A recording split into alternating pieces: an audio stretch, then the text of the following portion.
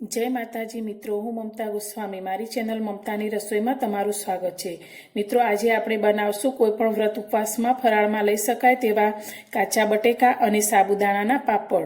तो मित्रों, मारी आ रेसिपी तमने पसंद आवे तो विडियोने लाइक, शेर अने सब्सक्राइब करवानुं बिलकुल भूलता नहीं अने विडियोने पूरो जोजो अंत सुधी। तो अत्यारे पापड़ बनाववा माटे मैं काचा 2 बटेका लीधा छे अने साथे साबुदाणा लीधा छे। तो अत्यारे मैं आ रीते 1 वाटकीनुं माप सेट कर्युं छे। आपणे बधुं ज परफेक्ट मापथी बनावशुं तो आपणा पापड़ एकदम सरस बनशे। तो आ अर्धी वाटकी मैं साबुदाणा लीधा हता, तेने मैं अर्धी वाटकी पाणी रेड़ी अने 4 कलाक पहेला पलाळीने राखेला। तो एकदम सरस रीते आपणा साबुदाणा पलળી गया छे। तमे जोई शको छो दाणो दाणो छूटो थई गयो छे अने आ रीते आपणे हाथमां लईने जोईए तो एकदम सरस रीते मेश थई जाय छे। આપણે જે બટેકા લીધા છે તેની છાલ ઉતારી લઈશું। તો આ રીતે આપણે બંને બટેકાની છાલને ઉતારી લેવાની છે। બટેકાની છાલ આપણે ઉતારી લીધી છે તો પાણીની અંદર આપણે આ બટેકાના એકદમ નાના નાના ટુકડા કરી લઈશું। આ રીતે આપણે પાણીમાં એડ કરતા જઈશું ટુકડા, એટલે આપણા બટેકા કાળા ન પડે। અને આ રીતે કાપ્યા પછી આપણે 2 થી 3 પાણીએ આ બટેકાને ધોવાના છે, જેથી એના અંદર રહેલો બધો સ્ટાર્ચ નીકળી જશે। પલાળેલા સાબુદાણા આપણે 1 વાટકીના માપ પ્રમાણે જોઈએ તો 1 વાટકી આપણે પૂરા લીધા છે। અડધી વાટકી લીધા હતા તે પલાળ્યા પછી આપણા 1 વાટકી પૂરા થયા છે। તો આપણે એક મિક્સર જારની અંદર સાબુદાણાને લઈ લઈશું। હવે આ જ વાટકીના માપ પ્રમાણે આપણે અડધી વાટકી પાણી સાબુદાણાની અંદર એડ કરીશું અને આને આપણે સાબુદાણાની એકદમ સ્મૂથ એવી પેસ્ટ બનાવી લઈશું। સાબુદાણાની પેસ્ટ બનીને તૈયાર છે। તો હવે આપણે તેને એક બાઉલમાં લઈ લઈશું।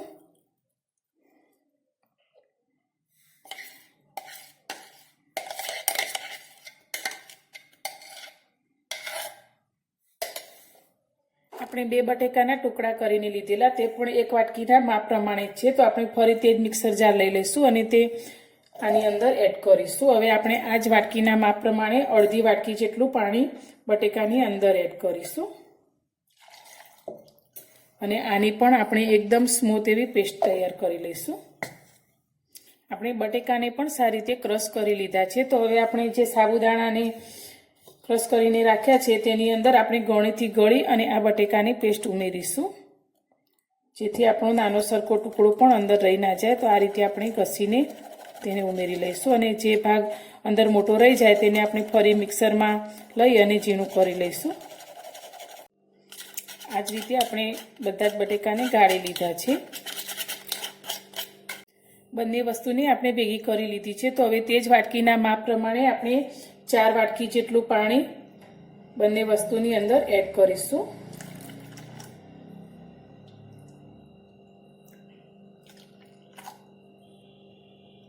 તો આપણે પહેલા પીસતી વખતે પણ બંનેમાં અડધી વાટકી પાણી એડ કરેલું અને સાથે આપણે ફરી 4 વાટકી જેટલું પાણી એડ કરીએ છીએ। તો ટોટલ આપણે 5 વાટકી જેટલું પાણી એડ કરીએ છીએ। ગેસ પર આપણે એક જાડા તળિયાવાળી કઢાઈ લઈશું અને ગેસ ચાલુ કરીશું। હવે આપણે જે સાબુદાણા અને બટેકાનું મિશ્રણ તૈયાર કરીને રાખ્યું છે તે આપણે આ કઢાઈની અંદર એડ કરીશું। તો હવે આપણે આ મિશ્રણને કેટલો સમય પકવવાનું છે તે હું તમને આગળ બતાવતી જઈશ અને જણાવતી જઈશ। તો વિડીયોને પૂરો જોજો। તો હવે આપણે આ રીતે સતત તેને હલાવવાનું છે અને પહેલા 5 મિનિટ માટે આપણે ગેસની ફ્લેમ હાઈ રાખીશું।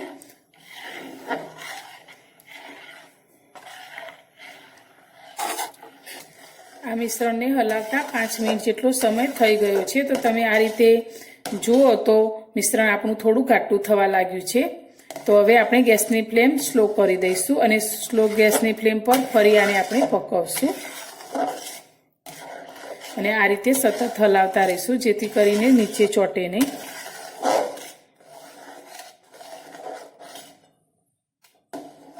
ફરી મિશ્રણને હલાવતા 5 મિનિટ જેવો સમય થયો છે। તો હવે આપણે ગેસની ફ્લેમ થોડી હાઈ કરી દઈશું અને 2 મિનિટ આ રીતે સતત હલાવશું।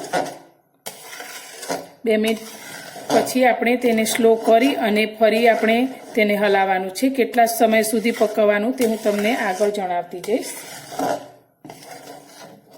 ફરી આપણે હાઈ ગેસ પર 2 મિનિટ પકવ્યા પછી ફરી 5 મિનિટ માટે આપણે સ્લો ગેસ પર આ મિશ્રણને પકવ્યું છે. તો તમે જોઈ શકો છો આ રીતે એકદમ સરસ ઘાટું આપણું મિશ્રણ થવા લાગ્યું છે અને ઉપર આ રીતે ધીમે ધીમે થોડા થોડા બબલ્સ પણ થવા લાગ્યા છે.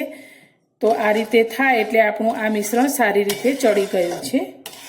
તો તમે આ રીતે તાવીતા ઉપર લઈ અને આમ લીટી કરો તો સરળતાથી આ રીતે લીટી થઈ જાય છે અને આપણું મિશ્રણ આ રીતે લેવાથી ધીમે ધીમે નીચે પડે. આ મિશ્રણને પકવતા આપણને ટોટલ 17 મિનિટ જેટલો સમય લાગ્યો છે.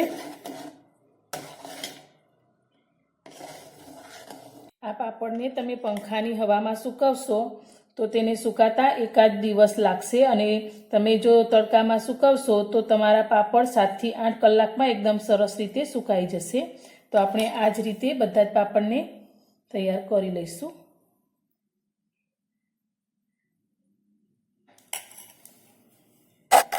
પાપડને બનાવીને મેં આ રીતે પંખાની હવામાં સૂકવવા માટે રાખી દીધા છે.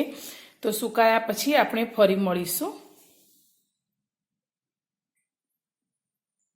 મિત્રો, આપણા સાબુદાણા અને બટેકાના બનાવેલા પાપડ સારી રીતે સુકાઈ ગયા છે. તો મેં પંખાની હવામાં સૂકવેલા, તેથી થોડો વધારે સમય થયો છે, લગભગ 20 કલાક જેટલો સમય લાગ્યો છે. પણ તમે જો સવારે બનાવી અને તડકામાં સૂકવશો તો સાંજે ઉપયોગમાં લઈ શકાય છે. તો તમે જોઈ શકો છો આપણા પાપડ એકદમ પાતળા તૈયાર થયા છે. આવા પાપડ તમને બજારમાં પણ ક્યાંય નહીં મળે તેટલા પાતળા આપણા આ કાગળ જેવા પાતળા પાપડ તૈયાર થાય છે. તમે જોઈ શકો છો આની આરપાર મારી આંગળીઓ કમ્પ્લીટ દેખાય છે. તો હવે આપણે આ પાપડને તળીને જોઈશું. ગેસ પર આપણે કડાઈમાં તેલને ગરમ કરવા મૂકી દીધું છે. તો તેલ આપણે એકદમ વધારે ગરમ નથી કરવાનું. આપણું તેલ ગરમ થઈ જાય એટલે ગેસની ફ્લેમ આપણે મીડિયમ સ્લો કરી દઈશું અને પછી જ આપણે બનાવેલા પાપડને તેલની અંદર લઈશું.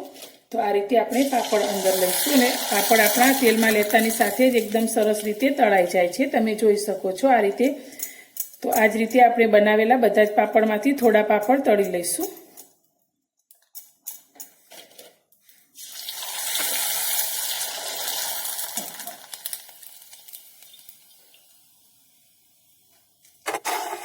બનાવેલા પાપડ મેં તળી લીધા છે. તો તમે જોઈ શકો છો પાપડ એકદમ આપણા ક્રિસ્પી બને છે અને મોઢામાં મૂકતા જ ઓગળી જાય તેવા પોચા પણ પાપડ આ બને છે અને ખૂબ જ ઓછી મહેનતે અને સરળતાથી આપણા પાપડ બનીને તૈયાર થાય છે. તો મારી આ પાપડ બનાવવાની રેસીપી તમને સારી લાગી હોય તો વિડીયોને લાઇક, શેર અને સબસ્ક્રાઈબ કરવાનું બિલકુલ ભૂલતા નહીં. તો ફરી મળીશું એક નવી જ રેસીપી સાથે નવા વિડીયોમાં.